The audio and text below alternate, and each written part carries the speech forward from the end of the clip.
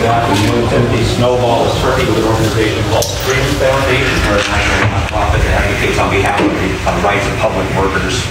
Members of the board, I appear before you today as the product and direct beneficiary of a California public education. It was because of the efforts and fair and balanced teachers that I developed a passion for American history and ultimately decided to pursue a career in public service. So you can imagine my shock when I first encountered the video of Gabriel Gipe, recently released by Project Veritas.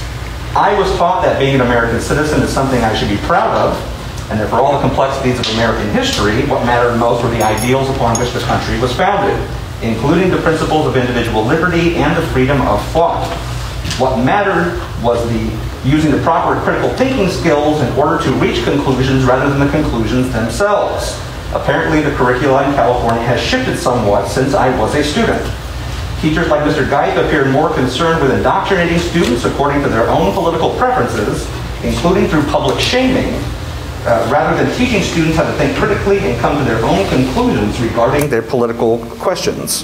How can we explain this shift? I think this situation is best explained by the current operation of public sector labor unions like the Natomas Teachers Association and the larger California Teachers Association with which it is affiliated. These entities no longer consider themselves organizations advocating for the wages, hours, and working conditions of their members, but rather as social justice organizations pushing a radical agenda to tear down and fundamentally transform American society.